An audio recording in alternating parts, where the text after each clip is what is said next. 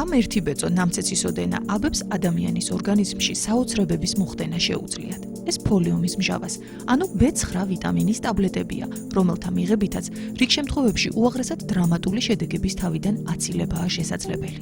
მაშასე, თქვენს წინაშეა მისი უდიდებულესობა ფოლიუმის მჟავა. ფოლიუმის მჟავა B9 ვიტამინის სახით არის ასევე ცნობილი, იგი წყალში ხსნადი ვიტამინია. მისი დეფიციტი შესწავლილია 2009 წელს ნუტრიციული კვლევა ჩატარდა და აღინიშნებოდა 36% ორსულებში. ორსულებს ხაზის, იმიტომ ვუსმევ, რომ განსაკუთრებით აქტუალურია ამ ვიტამინის დეფიციტი ორსულებში, ვინაიდან იწვევს ახალშობილებში ისეთი სახის პათოლოგიას, რომელიც მაგალითად ანენცეფალია სიცოცხლესთან შეუთავსებელია ხშირ შემთხვევაში. ან კიდევ ნერვული მილის დეფექტი, რომელიც იწვევს ისეთ პათოლოგიებს, რომელიც მრავალ ქირურგიულ ოპერაციას საჭიროებს და პაციენტები მაინც ცხოვრების მანძილზე ვერ აღწევენ სრულფასოვან ცხოვრებას. როგორც აღნიშნული კვლევით დადასტურდა, საქართველოში ფოლიუმის დეფიციტის პრევალენტობა 15-59 წლის არაორსულ ქალებში გაცილებით მაღალია სხვა ქვეყნებთან შედარებით. ჰიდროცეფალიისა და ზურგის ტვინის თანდაყოლილი თიაქრის დიაგნოზით სახელმწიფო ზრუნვაში შესული ბენეფიციარების რაოდენობამ 2008-2012 წლებში 36-ს მიაღწია. 36 ბავშვიდან მხოლოდ 1 რეინტეგრირდა, 21 გარდაიცვალა, 14 კი ჩვილ ბავშვთა სახლშია მოთავსებული. ფოლიუმის მჟავას ნაკლებობა იწვევს ძალიან მძიმე თანდაყოლილ მალფორმაციებს, რომელიც შესაძლებელი იყოს თავის ტვინის არარსებობა, ან თავის ტვინის თიაქარი, ასევე ზურგის ტვინის და ხერხემლის მრავლობითი პათოლოგიები, მათ შორის შეხსნილი ზურგის ტვინის, სპინა ბიფიდა ეგრეთ წოდებული და თანხლებული ხერხემლის სხვადასხვა მალფორმაციები. ის პირდაპირ უკავშირდება ნერვული მილის განვითარების დეფექტს.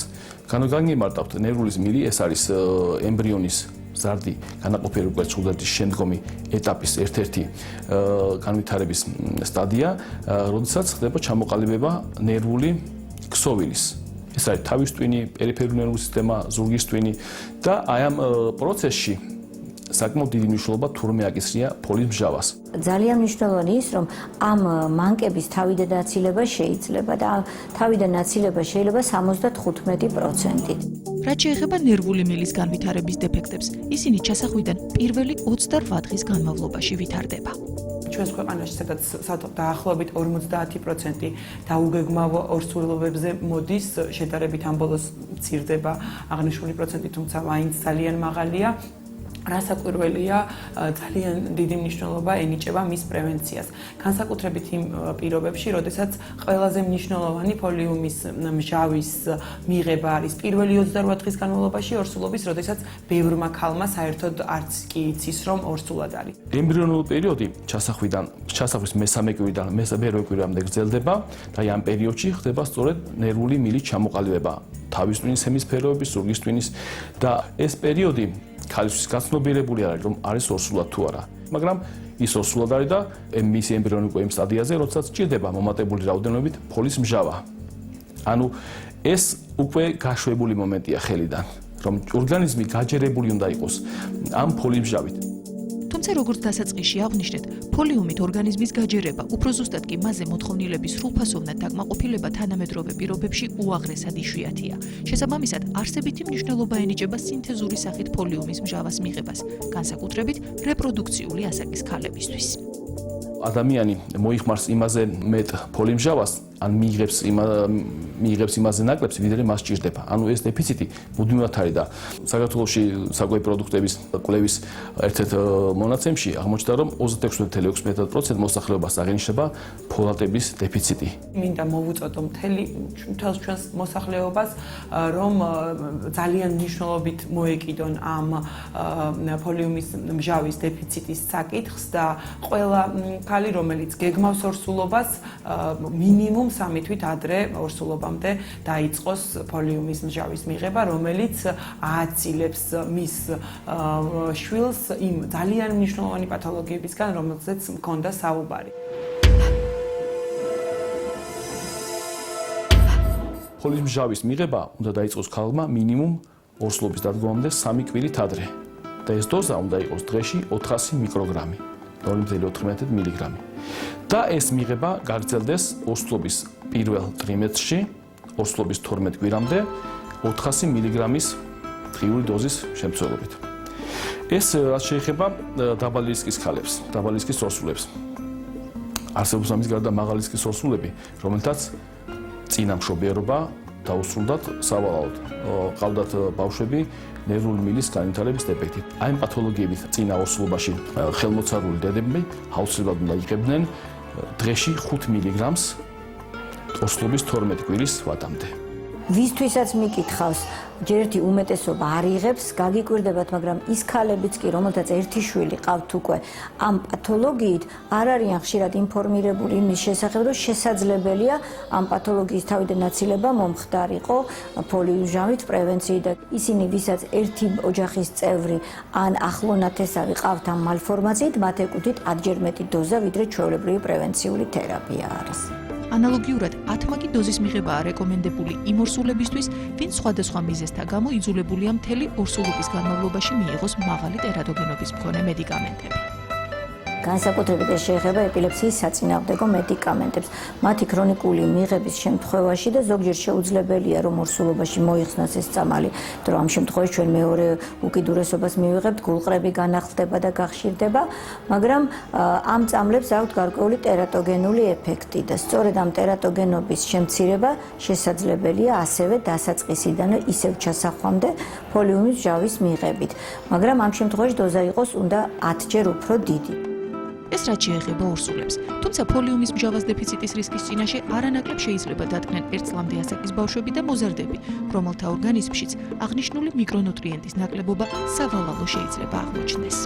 განსაკუთრებით რისკის ჯგუფს მიეკუთვნება ბავშვები, რომლებიც არიან სწრაფი ზრდის ტემპით ხასიათდება, ეს არის წლამდე ასაკის ბავშვები და შემდგომ უკვე სქესობრივი მომწიფების პერიოდი, ანუ მოზარდობის პერიოდი, როდესაც მოთხოვნილება იზრდება ფოლიუმის მჟავაზე და ამ დროს თუ სათანადო რაოდენობით არ იღებს ბავშვი საკობით ფოლიუმის მჟავას, შეიძლება განვითარდეს მისი ვთქვათ დეფიციტი. ძალიან ხშირი არის ხოლმე ეს ანემია ვეგეტარიანულ პაციენტებში, რომელიც ხორცს საერთოდ არ იღებს. ან იმ პაციენტებში წლამდე განსაკუთრებით აქტუალურია იმ ბავშვებში, რომლებიც თხის რძით იკვებებიან ხოლმე, ან თხის რძე ჭარბობს მათ რაციონში, იმიტომ თხის რძეში არის ძალიან ცოტა ფოლიუმი. ძროხის რძესთან და ნუ იგივე ქალის რძესთან შედარებით 8-ჯერ უფრო ნაკლები არის, ამიტომ ადრე მას თხის რძის ანემიასაც კი უწოდებენ. აქვე კი კვების დაბალანსებული რაციონის თემის გაგრძელების სახით ერთი საგულისხმო დეტალი. მითი, რომელიც საკმაოდ გავრცელებულია საქართველოში, რომ თითქოს ვიტამინების განურჩევლად იმისა, რა ვიტამინზეა აქ საუბარი, სინთეზური გზით მიღება სრულებითაც არ არის აუცილებელი და მათი დეფიციტი სრულფასოვანი კვებითაც შეიძლება აღმოიფხვრას. აქვე უნდა აღნიშნო ერთი ძალიან ესეთი ხაზგასასმელი საკითხი, რომ როდესაც დეფიციტია გამოწვეული მხოლოდ საკვები პროდუქტებით ამ პრობლემის აღმოფხვრა შეუძლებელია, რასაკვირველია ეს არის ერთ-ერთი მნიშვნელოვანი საკითხი, თუმცა ამავდროულად პრეპარატების ჩართვა არის აუცილებელი, რეკომენდირებული და ასე შემდეგ. მართალია, ბევრი პროდუქტი შეიცავს და ძალიან კარგი პროდუქტები, რომელთა მოხმარება საქართველოში ტრადიციულად ძალიან მაღალია, ეს არის ლობიო, ეს არის ოსპი, ეს არის მწვანე სალათის ფურცლები, ტომატის წვენი, ცოცხალ ტომატის წვენს გულისხმობ, ეს არის ბროკოლი და სხვადასხვა პროდუქტები, მაგრამ მათი რაოდენობა მიღებული კვების პროდუქტის სახით არ იქნება საკმარისი აი ამ პრევენციისთვის. ფოლიუმი შედის დიდი ოდენობით მწვანე ბოსტნეულში, პარკოსნებში, მაგრამ თერმოლაბილურია და ვთქვათ, როდესაც დამუშავება ხდება მისი თერმული, მისი 50% მისი მოხმარება ვეღარ ხორციელდება. და აქვე კიდევ ერთი არგუმენტი სინთეზური ფოლიუმის მჟავას მისაღებად. ფოლიუმის მჟავა არის იმ იშვიათ ვიტამინებში ერთ-ერთი, რომელიც სინთეზური გზით ბევრად უკეთესად შეითვისება, ვიდრე ბუნებრივი გზით, ანუ ვთქვათ, ხილისგან მისი შეწოვა უფრო ნაკლებია, ვიდრე სინთეზურად, ანუ მედიკამენტური გზით მისი შეწოვა უფრო იზრდება. აღსანიშნავია, რომ საქართველოს სააფთიაქო ბაზარზე ფოლიუმის მჟავა სრულიად ხელმისაწვდომია თითოეული მოქალაქისთვის და თვისამყოფი რაოდენობის ღირებულება აქ 2 ლარს არ აღემატება. თუმცა როგორც წამყვანი ქვეყნების პრაქტიკა გვიჩვენებს, ფოლიუმის დეფიციტის პრევენციის ერთ-ერთ მეცნიერულად დადასტურებულ მიდგომას ამ მიკრონუტრიენტით საკვები პროდუქტის გამდიდრება, მაგალითად პურის ფქვილის ფორტიფიკაცია წარმოადგენს. შესაბამისად, ყოველწლიურად იზრდება იმ ქვეყნების რიცხვი, სადაც რკინისა და ფოლიუმის მჟავას დამატებითი მიწოდების საჭიროება ეროვნულ სტრატეგიულ გეგმებში აისახება. აღმოჩნდა, რომ ბევრ ქვეყანაში საკვები პროდუქტების ფორტიფიცირება, ანუ მისი გაძლიერება, გამდიდრება ვიტამინებით, ფოლიმჟავით, კერძოდ და რკინით, ამცირებს სპინა ბიფიდას, ანუ ნერვული მილის დეფექტის განვითარების შანსებს 30-50%-ით. ეფექტი არის დღეში 60 ბავშვი გადარჩენილი აი ამ სპინა ბიფიდისგან. ჩვენს ქვეყანაში სავალდებულო ფორტიფიკაცია არ არის, თუმცა ძალიან დიდი თხოვნა მექნება თითეული იმ მეწარმისთვის, რომელიც ამ ბიზნესით არის დაკავებული, რომ ჩანსაღი მომავალი თაობისთვის თავისი წვლილი შეიტანონ ამ ძალიან მნიშვნელოვან საკითხში, რასაც ფორტიფიცირება ქვია. ჩვენ მზად ვართ ნებისმიერ მეწარმეს დაინტერესებულ პირს, ნებისმიერი მასალა მივაწოდოთ, რაც მათთვის ინფორმატიული იქნება და სრული თანადგომა აღმოვაჩინოთ. დღეს 55 მსოფლიოში 55 ქვეყანა ახორციელებს პურის ფქვილის ფორტიფიკაციას პოლიმჟავით. პურის ფქვილი, პური საერთოდ ყველაზე უფრო გავრცელებული პროდუქტია და ყველა იღებს. შესაბამისად ის პოტენციური ორსული, რომელიც არც ფიქრობს, რომ მიიღოს თუ არა პოლიმჟავი ორსულობამდე და ის ავტომატურად ღებულობს ამ პროდუქტს. ასე რომ შევთანხმდით, ფოლიუმის მჟავა ანუ ვიტამინი B9 ის მიკრონუტრიენტია, რომლის მიღება როგორც ბუნებრივი, ისე სინთეზური გზით მხოლოდ სასიკეთოდ წაადგება ორგანიზმს. მით უფრო თუ საქმე ბავშვებს, მოზარდებსა და ორსულებს შეეხება.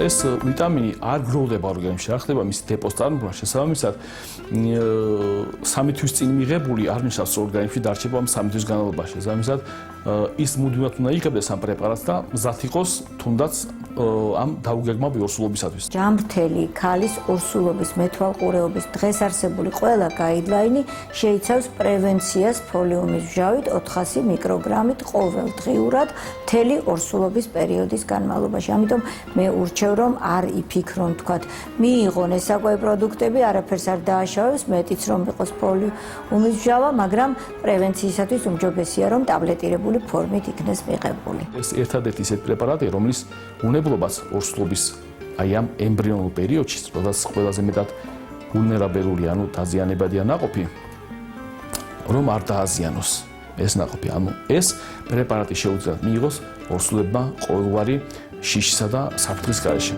დიახ, ახდენს იმ დეფექტების პრევენციას, რომელთა განვითარების ალბათობაც ქართულ სინამდვილეში საკმაოდ დიდია და ამაზე ნათლად მეტყველებს მშრალი სტატისტიკური მონაცემები. 1.5 1000 ორსულზე. საკმაოდ დიდი სტატისტიკური ციფრია, ეს საქართველოში ჩნდება წელიწადში 60-65,000 ახალშობილი, აქედან წარმოვიდგინეთ წელიწადში ჩვენ გვაქვს რისკი 40-45 ახალშობილი დაიბადოს ამ დეფექტით.